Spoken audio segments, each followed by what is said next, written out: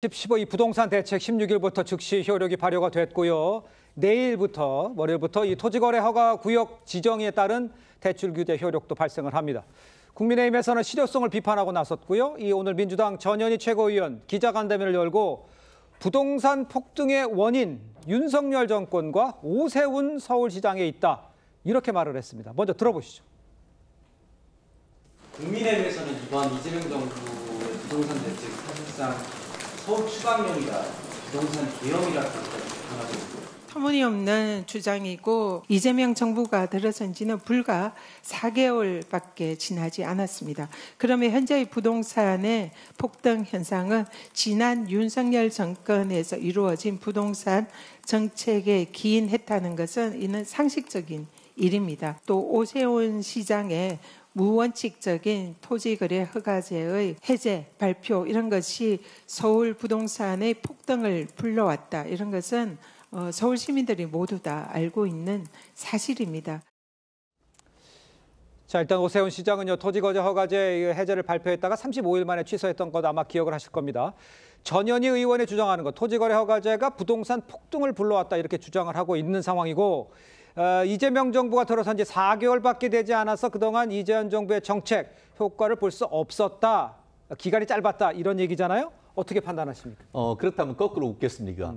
그러면은 민주당이 지금 와가지고 우리 코스피가 지금 5천을 간다, 3천을 넘어 4천을 간다. 그 또한 그러면은 윤석열 정부의 기본이 있었기 때문에 있는 겁니까? 똑같은 논리 아니겠습니까? 예. 주식은 본인들이 들어와가지고 짧은 시간 내에 3,700까지 갔다라고 하고 부동산은 사실 윤석열 정부 때 굉장히 안정됐던 것이죠. 특히 윤석열 정부의 공급 대책 그리고 나아가 지금 그 오세훈 시장의 신통기획, 신속 통합 기획을 하면서 공급이 많이 늘면서 전체적으로 어떻게 보면 우파 정부에서 부동산이 상당 부분 안정됐었는데 결국 단 4개월 만에 부동산, 특히 서울과 강남을 불장으로 만든 것이 바로 이재명 정부 아니겠습니까? 예. 이번 같은 경우에는 어떤 양적 확대, 공급 대책이 아니고 11호 대책을 통해서 완전히 어떻게 보면 거래 자체를 잠궈버림으로써 내년 6월 4일 지방선거 때까지 더 이상 신고가 거래 자체를 나오지 못하도록 입틀막하는 그 정권, 그러한 정책 이상도 이하도 아닌 것이죠. 예. 그렇기 때문에 이와 같은 지금 민주당의 대표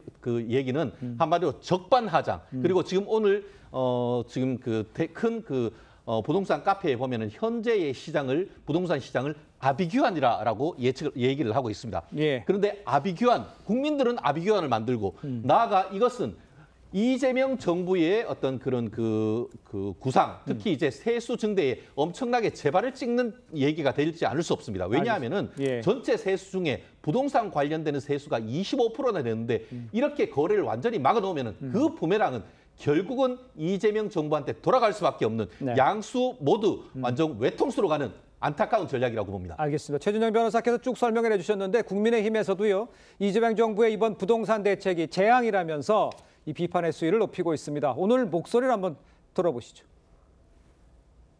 이재명 정부가 내세운 이른바 11호 부동산 대책은 이름만 대책일 뿐 실상은 11호 재앙입니다. 사실상 국민을 투기꾼으로 낙인 찍은 거래 통제 정책입니다. 대출문은 닫히고 전세는 사라지며 실수요자는 절벽 끝에 내몰렸습니다.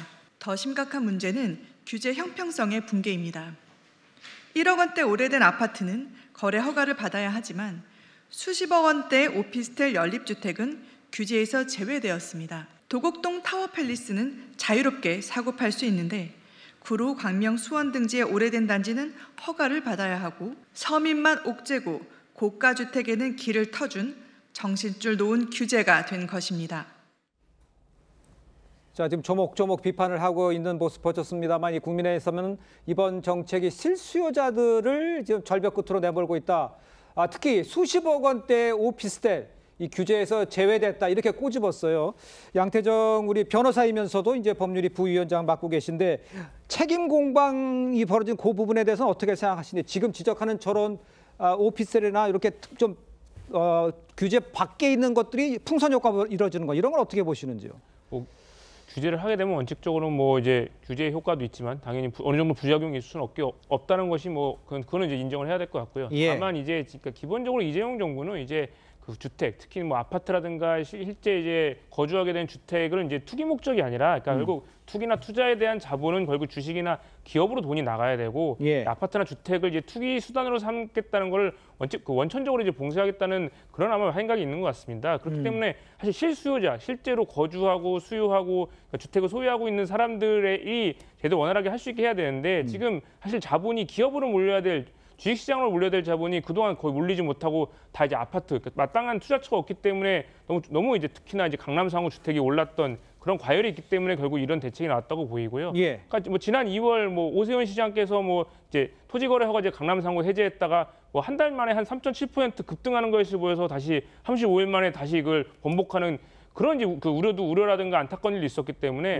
결국 여러 가지 사정을 종합해서 당연히 정책의 부작용이 있을 수 있겠습니다만 결국 이재명 정부의 기본 구조는 결국 자본은 기업으로 가서 선순환돼야 한다는 그런 구조지 아파트를 더 이상 이제 투기 대상으로 삼지 않겠다라는 명확한 신호를 보여주고 있는 거라 생각합니다. 투기 대상으로 삼지 않아야 된다는 명확한 거는 뭐 누구나 다 이해할 수 있겠는데, 글쎄 일반 사람들이 그러면 서울에서 뭐 청년이라든가 뭐 신혼부부라든가 이거 과연 그 사다리가 있는 건지, 내가 집을 사서 이렇게 할 수 있는 건지, 이거는 굉장히 어려워진 거 아닙니까? 어떻게 보세요? 그러니까 지금 이번 정책으로 끝나는 건 아니고요. 결국 이제 지금 너무 과열된 이제 특히 서울 이제 투기 과열 지구에 대한 집값을 어느 정도 안정화시킨 이후에 그 후에는 결국 이제 뭐 최초 생애 주택을 취득하려는 청년이라든가 아니면 1주택을 보유하려고 하는 그런 사람들에게 실제로 그것을 자신의 소득과 그 생애 주기에 맞춰서 구입할 수 있는 그 이후 정책이 나올 걸로 보이기 때문에 일단 지금 이 정책의 효과가 어느 정도 보여지고 있는지에 대해서는 좀 지켜볼 필요가 있다고 생각을 합니다. 알겠습니다.